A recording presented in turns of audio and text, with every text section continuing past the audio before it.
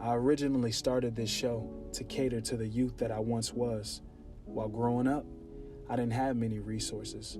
All I knew is what I saw. I saw drug dealers, pimps, entertainers, athletes. That was all that I saw and all that I looked up to. So that's pretty much all that I wanted to become. All that I knew to become. This show will change that for the upcoming youth. I want for them to be able to see all of the amazing possibilities of what they can become.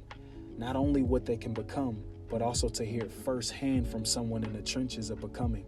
I want to give them a window into the life of the powerful people in the world, to let them know that they are not alone and that they are powerful too. In order to accomplish this, we must be brutally honest about our hardships and upsides. We are all just a network of relations. We have to be able to relate to each other. It helps us understand that anything is possible. The life that God has for us is in our imagination. It's not in what we see.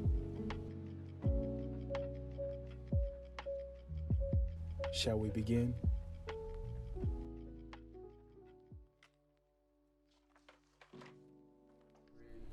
Three, two, one. Miss Rita Flemming. All right. So first, I want to thank you for giving us the opportunity to sit down with you and pick your brain. You're very welcome, and I'm happy to be here, Eric. Thank you. Thank you. So you have so much going on. You're doing so much. I want to give you a chance. I know you're really modest, but introduce yourself and tell us what it is that you do. Okay. I'm Rita Flemming, as you said. I grew up in the west end of Louisville. I was very fortunate to have 8 younger siblings and a father and a mother who worked hard and instilled values. I went to Murray State University to get a nursing degree, worked for a while, got married, had my first 3 children, went to Vanderbilt for my master's, worked for a while, and then decided I wanted to become a physician. So with 3 kids, going to medical school was a challenge, but I was fortunate to have a supportive husband and a good program and strong desire to do that. Nice. So it's actually Dr. Rita Flemming. That's right. Right? Yes. So how long have you been in this field? I've been a physician since 1984. Okay. Been doing it for a little while then. Yes, sir. What made you choose that profession? I think much of it was being the big sister.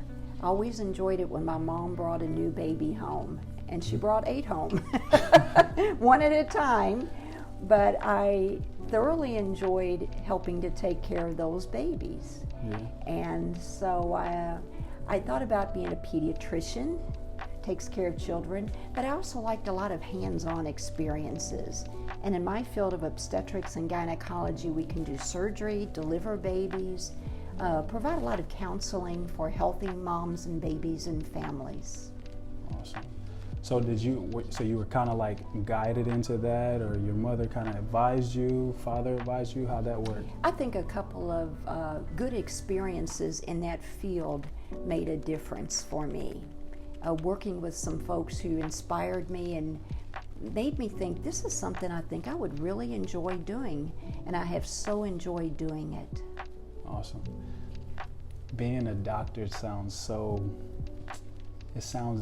intimidating. How long is school? School is 4 years of college, 4 years of medical school, and then when you choose your specialty, that will dictate how long your residency is. My residency was an additional 4 years. So, sounds like a decade to me. It was a long time. Other than you being a doctor, I know that you're doing some other things inside of the state. Yes, so sir. Can you tell me about that? Yeah, I never imagined that I would run for a political office, but sometimes life throws you a few hurdles and you find ways to overcome them. And specifically, my husband passed away 3 years ago, 42 years of marriage, and then it's, now what am I going to do?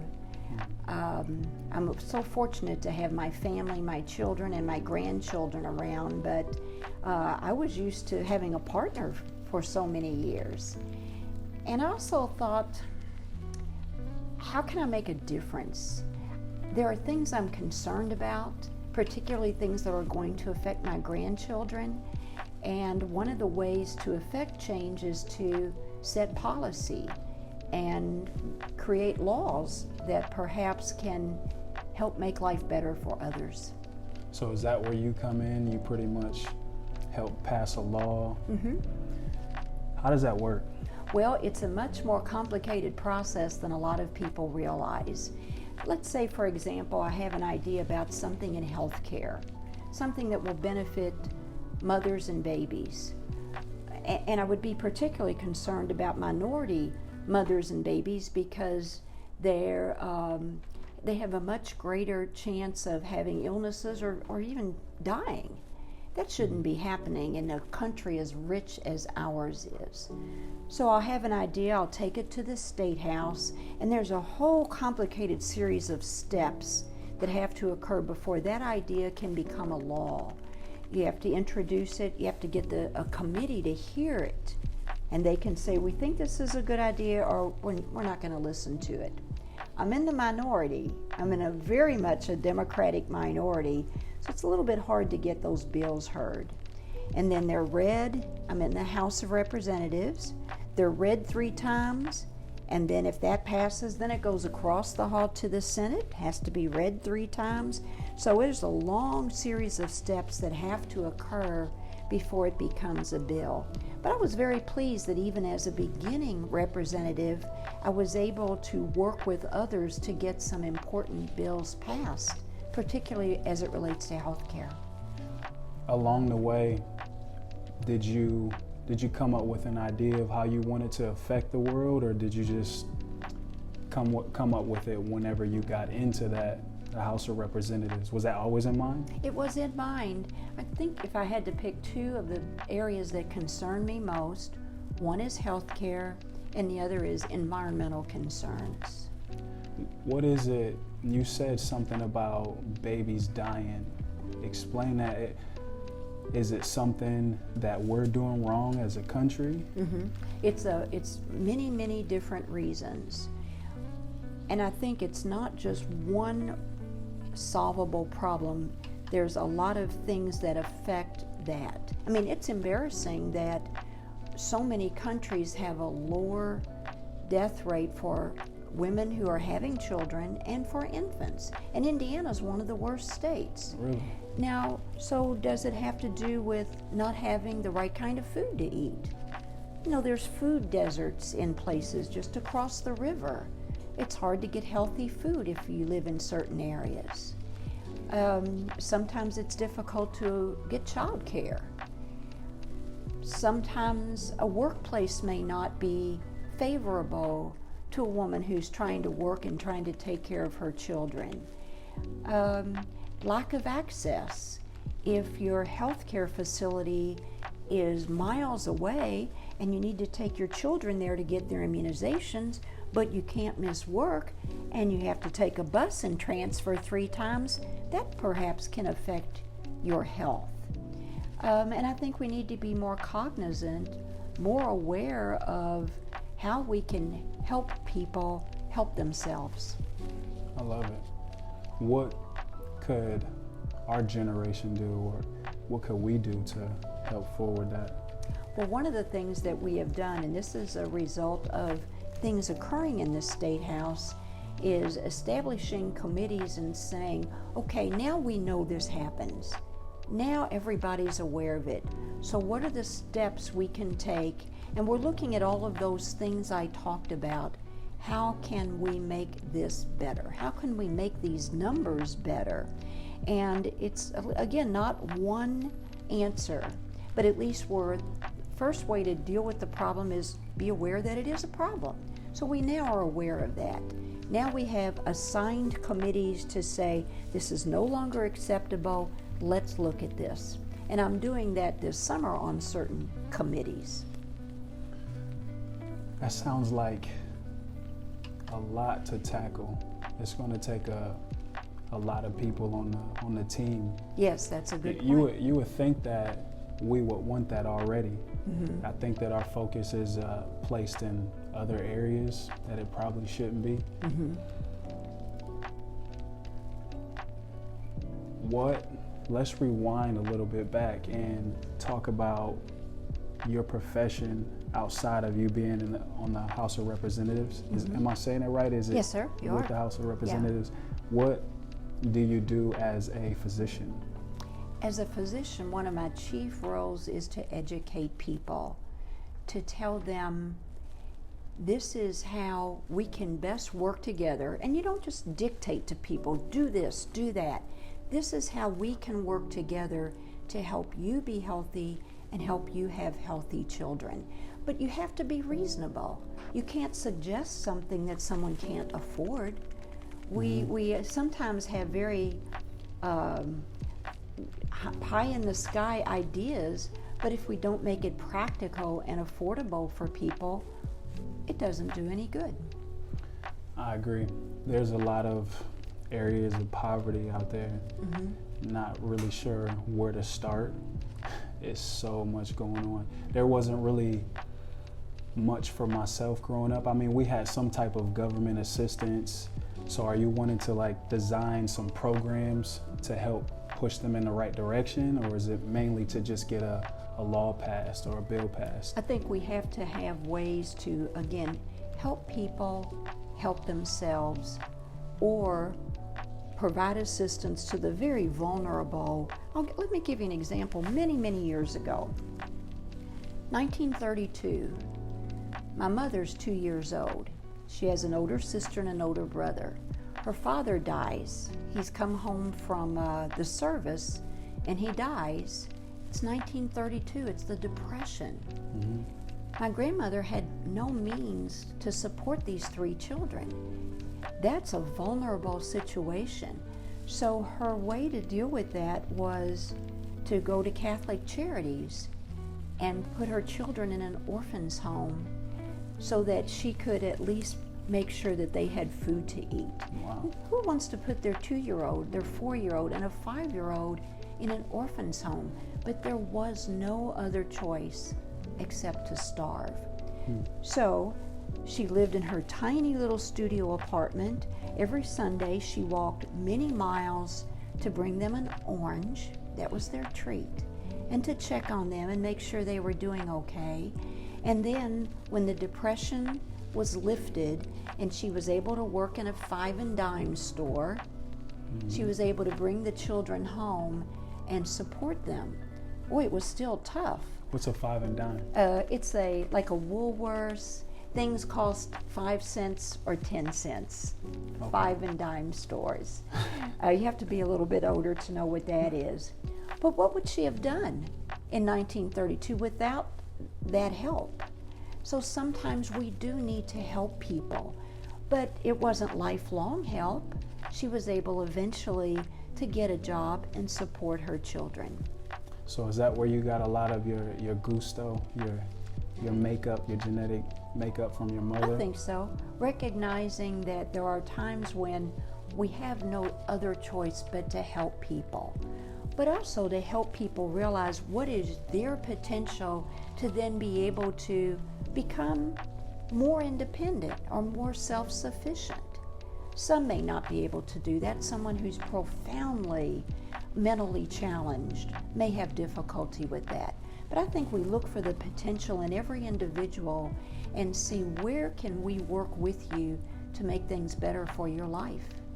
We need more people like that. I agree. Definitely.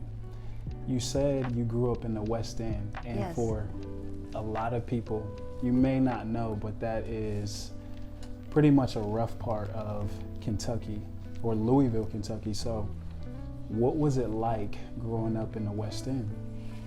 The West End was a wonderful place to grow up for many reasons. One, I learned to get along with all different people. It was mostly a middle class, or a little bit, I would say, lower middle class neighborhoods. They were families. We looked out for each other. We had black friends, we had white friends. we were able to access almost everything we needed by walking or riding our bike. So we had a grocery store, we had a drugstore. You know, we talked about food deserts. There's very few places to buy fresh fruit and vegetables in the West End now. But we were fortunate to have just about everything we needed. We walked to school. The most important thing I learned from growing up in the West End was to learn that we really basically want the same things for our families. Things got a little more difficult in the 70s when what occurred was called the white flight out of the West End, that in very large numbers the white residents left the West End. And for those of us who stayed, now we learned to be a minority. In my high school, by the time I graduated, my high school was probably about 70% black, but we were still friends, we were still people. So again, you learn to get along. Interestingly, 2 weeks ago I went back to the West End, to Christ the King Church, where I went to school and church. And there were still people there who knew me 60 years ago, and they welcomed me. They were so glad that my sister and I came back, and we had a grand time. And we plan to return. Awesome. Did you always have a vision in mind of what it is that you wanted to do? I knew I wanted to be in a helping profession. And you learned that at a young age? I think so. Again, I think my mother's care and concern for others influenced all of us.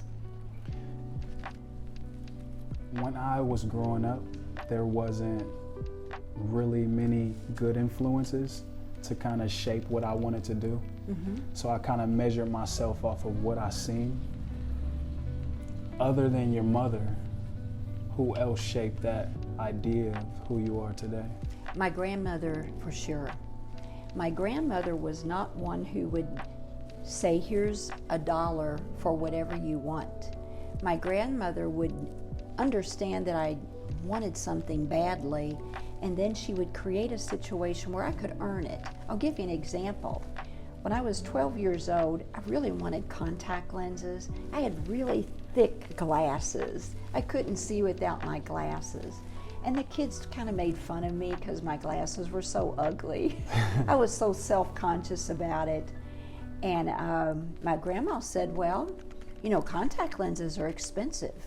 And I was collecting soda bottles in the alley, and you get 3 cents a soda bottle. That wasn't going to get me what I needed to buy contact lenses. So she said, I'm starting to work on Saturdays, and I'm going to need someone to clean my house.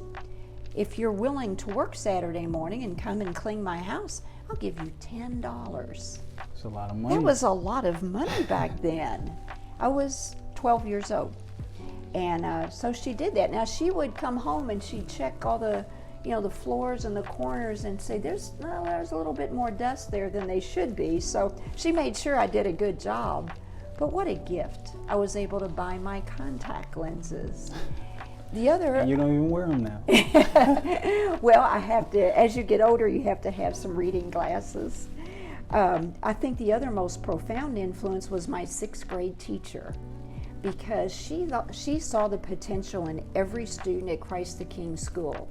And in my first grading period in the 6th grade, she gave me straight A's and a D. Gave you. And a D in effort. Yeah. She said, you really could have worked harder. You have more potential. I made all A's. She says, I know, but you could do more than that. You could do extra credit.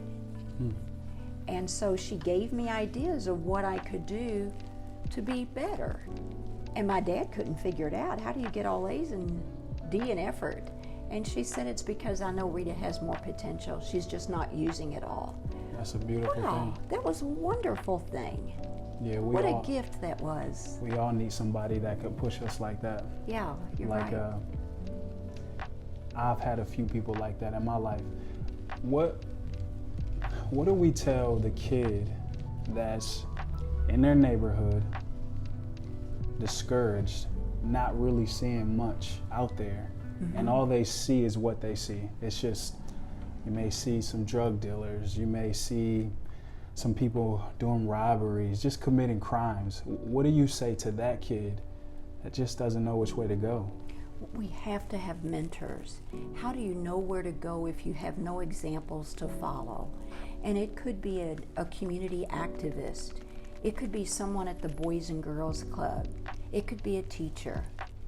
A parent certainly can provide mentoring. Grandparents are more and more becoming involved as caretakers of children. So there's got to be some way that we can help children see that they have potential, they have value. Let's find where your talents lie so we can maximize your potential. Yeah, I see a lot of parents, well, I don't know if you're familiar with it, but for African Americans, it's more like you want to use your physical attributes. We don't really know that we're that intelligent. Well, I know, but not really knowing that. It's more like, okay, let's try to play a sport. Let's play an instrument. So it's more just the physical attributes rather than using your mind. And I would love to see like some type of facilities being built inside of the community so that they could uplift themselves and know that there's more. That could be something that we could work on. Yeah, That'd be a good idea. And you do have some children, say, who are musically talented, and they can use that as their entry point to being exposed to a greater world. Look at the percussionist in Louisville. Are you familiar with them, the Leopards? I think they started at Martin Luther King School. A teacher found a whole bunch of unused old instruments. Why don't we put these to use? Why don't we have a band in our school? Well, there were drums, cymbals, all sorts of percussion instruments. And so the school band was successful, so she expanded it to other schools, and now they perform all over the place. They performed at the Brown Theater a couple months ago. One of their graduates was the drummer for Prince.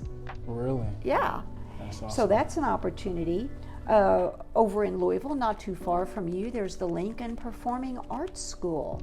This is in a neighborhood that's in an industrial area of Louisville, on Main Street in the Phoenix Hill area. But yet, students want to go there. There's a waiting list for kids to get in there because they focus on being creative and learning through being creative. Yeah. That's what we need more of. What a great way to engage students and young people to find their potential. I think the lesson is inside of whatever activity you're doing. Like for example, with my son, I don't really have an idea, my oldest, I don't really have an idea of him going to the NBA. I think that I can just teach him about life through that sport. But you do have African Americans that are just so caught up on the sport, and that is all that they have. So when the sport doesn't go to what they planned or what they dreamed, they kind of back out and kind of become unproductive in the society. So I think that if we could have some type of program, kind of how I do with my son, teaching them about life through the sport and teaching them that there's more, because without it, I mean, they'll end up out here doing something reckless. Yeah. What was one of your biggest challenges? I think one of my biggest challenges was to learn to budget my time and to budget my money. When you go to college, when you're away from home for the first time, if you don't know how to make your schedule so that you have the appropriate amount of time to study, to be ready for that test, and you have a balance, because I always worked. I worked ever since I was really 12, but my first paying job was at 15. But when you get your paycheck, if you go out and spend it on something you consider an immediate need, but then you have nothing for the next 2 weeks, that's not a good situation. So that's something I had to learn early on, was how to budget my time and my money. Are you a master at it now? I'm not a master, but I'm a whole lot better at it than I was when I started. That's good news. What would you say to the young Rita Flemming? If you could go back and have a conversation with her, what would you say to her? Value yourself a little bit more. Realize that even though you have big, thick glasses, you're still an okay person. I mean, I really had a lot of inferiority about my appearance when I was a gawky 12-year-old and I had thick glasses. And that was about the same time, though. 12 years old is when you're in the 6th grade. And that's when that 6th grade teacher said, there's a lot more to you than what you're doing. You had a good 6th grade teacher. I was just thinking back, my teacher, I'm not sure what grade it was, but I wasn't the best student. So I remember him telling me, you're gonna end up flipping cheeseburgers. So I did everything possible to avoid working fast food. What was one of the worst piece of advice you've gotten? That's an interesting question. Worst piece of advice. My high school counselor, who was really a fine person, but he really thought that women really could just be teachers or nurses. There's nothing wrong with being a teacher or a nurse. Those are admirable professions. But when I mentioned that maybe I'd like to be a doctor, oh no, you can't do that. Girls, first of all, girls don't do that. Second of all, I really don't think you're smart enough. Wow. And you didn't even listen to it. It took me a while to realize that, yeah, I could do that. I could do that. I didn't do it right away. I had to go through the steps and try my other careers first. But in the back of your mind, it was always there? It was there, yeah. I think a lot of people always hear that negative end of people telling them, oh, I don't think that's for you, or that's not the direction that you should go. How did you battle that? By becoming aware of what was needed to accomplish that goal. Because an idea without a plan doesn't really get you anywhere. But a goal with certain steps, realistic steps, seeking help where it's needed, being willing to work very, very hard, then those aspirations, those wishes can become realistic goals.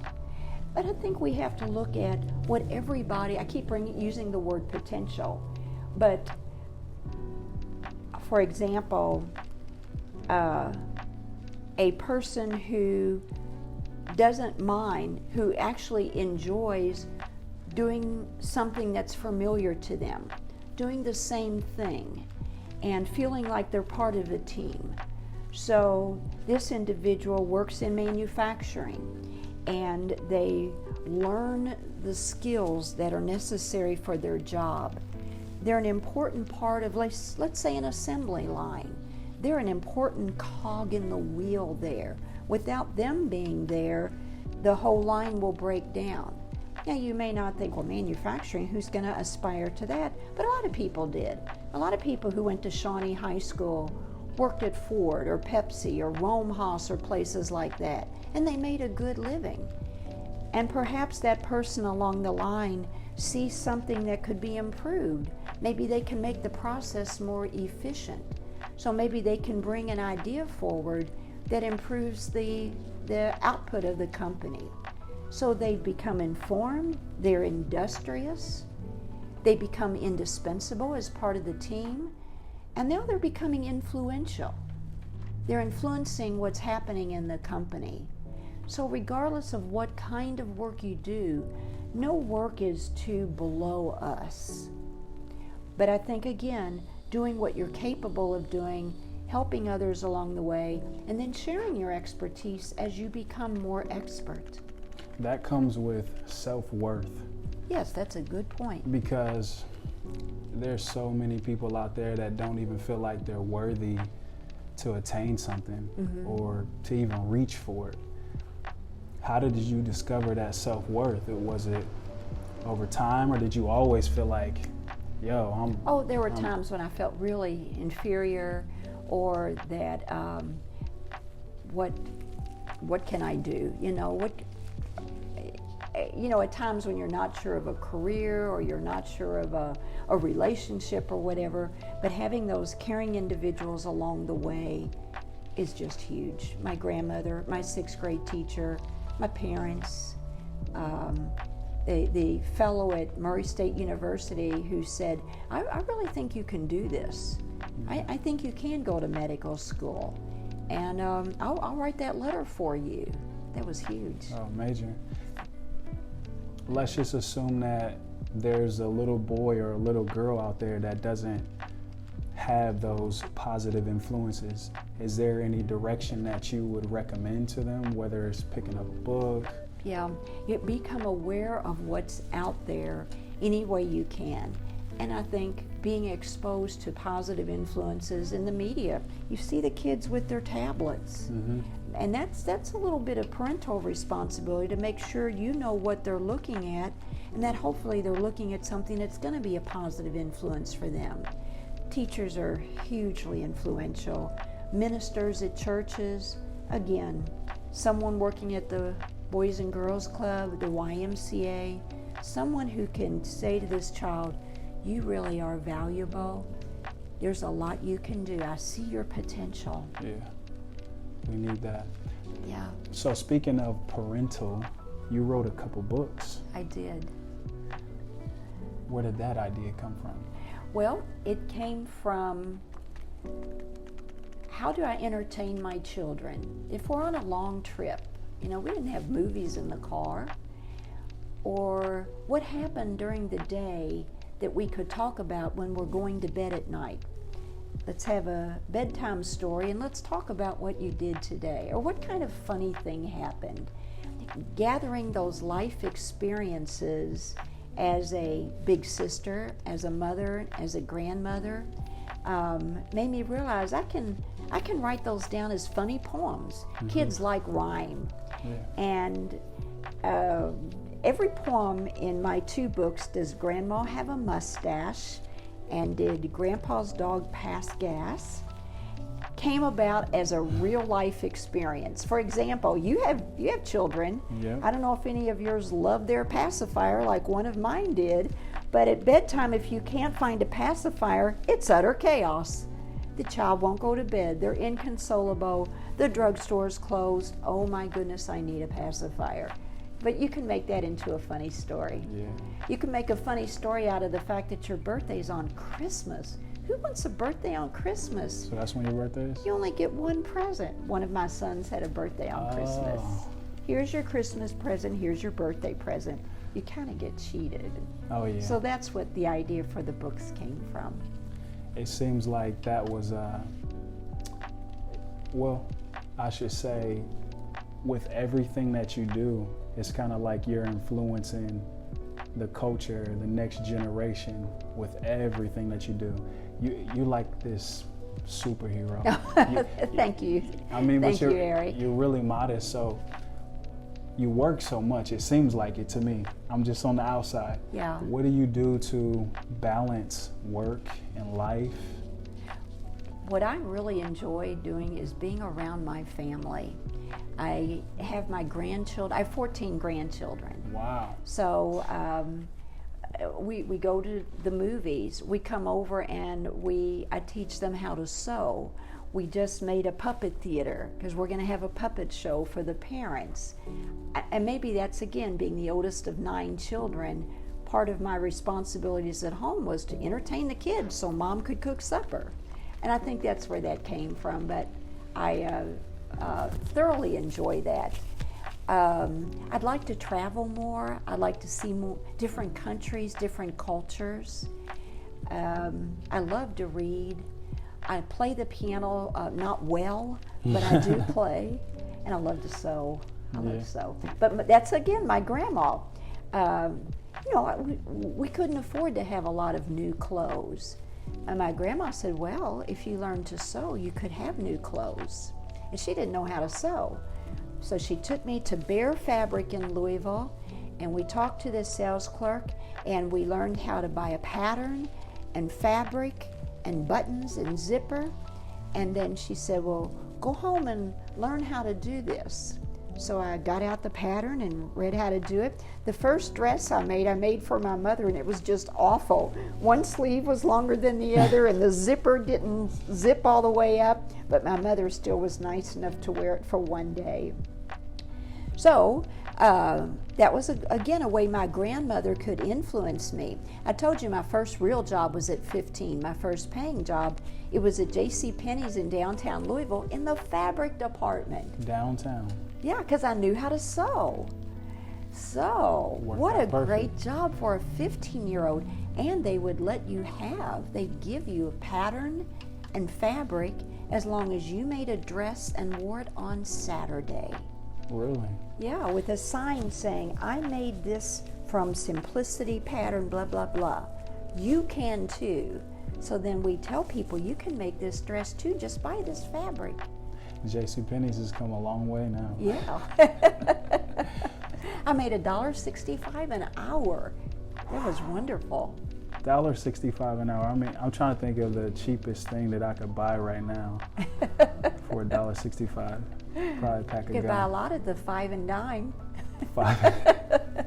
Yeah, if they only had one of those stores. Now it's Dollar General. Right, yeah.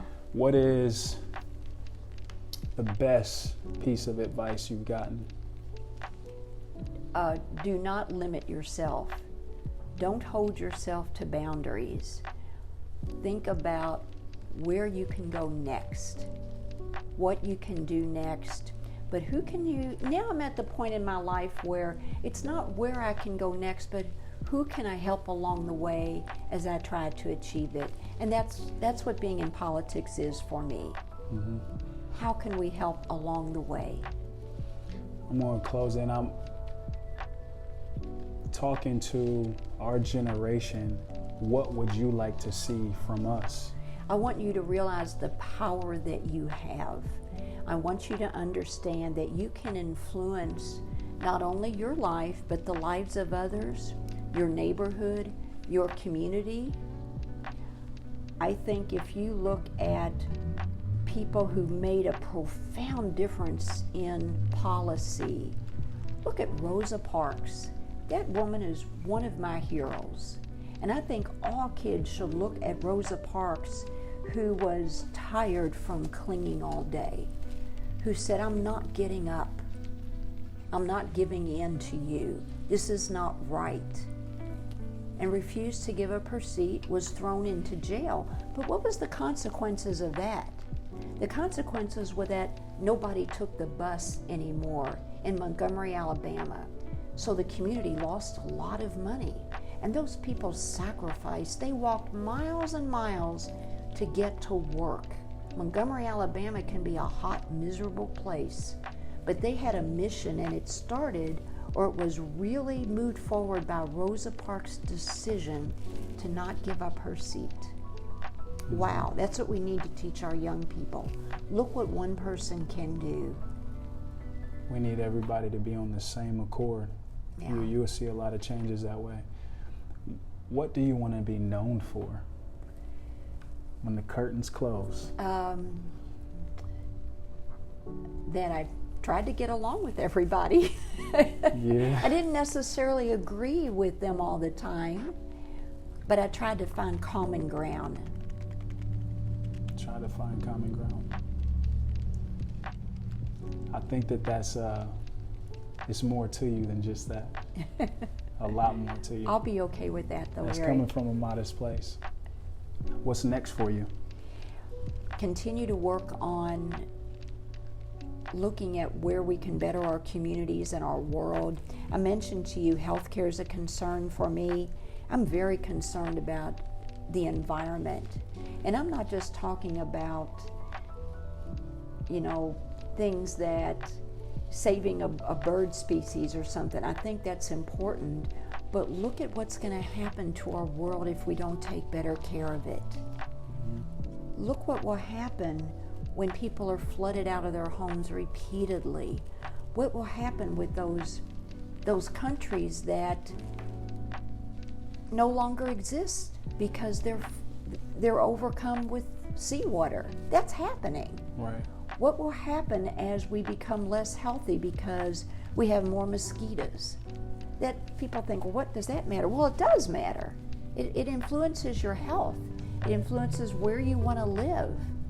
What happens when we can't go outside of our houses because it's 120 degrees? Maybe in our lifetime in the southern part of this country, that's happening. It is happening. Right. But we have to make people realize, or we have to help them realize that that's just not a feel-good thing, that's a survival thing. And we have to vote for people who believe in what we believe in. We have to buy products that we think are more environmentally friendly. We have to help exert influence to create policy so that people aren't harmed by what we're doing to the earth. That's really what I'm working on now. Yeah. Speaking of voting, you have any opinions about our current president? That's a deep sigh. I think that civility is a very important part of governing. I think the ability to lead but be respectful of others, to be willing to listen to their opinions, to be willing to learn. That's a job where you have to constantly be learning. You might have an opinion, but you're representing millions of people. The good thing is that in Indianapolis at the State House, there is much more civility. There is much more desire to talk to each other, get along, and make policy and laws that truly do benefit our communities. And that was a nice thing to see.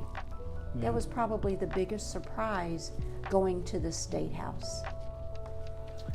That was a soft opinion. Nicely said. So, last question. One book that you recommend everybody read, outside of your books. Okay. Oh, that's a good question. The Power of One. The Power of One. Right. It's a hard book to read sometimes. Is it big? It's pretty big, but when you start reading it, when you get past the kind of geopolitical part of the country where it's based in South Africa, and you get to the meat of it, it is an amazing book. And the reason I thought about that book is my son, who lives in downtown Jeffersonville, has a whole lot of books in his bookshelf, and he has that book. And I know he read that 20 years ago, but he still thinks it was one of the best books he ever read. I never thought I would recommend a book about a boxer. I don't even like boxing, but this was an amazing story of a child who became a very industrious, self-sufficient human being, kind human being, at a time when people really didn't get along too well in South Africa. Yeah. The Power of One. It's probably hard to find now, but it's a great book. I'll have to check it out. You'd like it. Thank you so much for your time. You're so very welcome. I appreciate it. I so enjoyed it, Eric. Thank you. Thank you.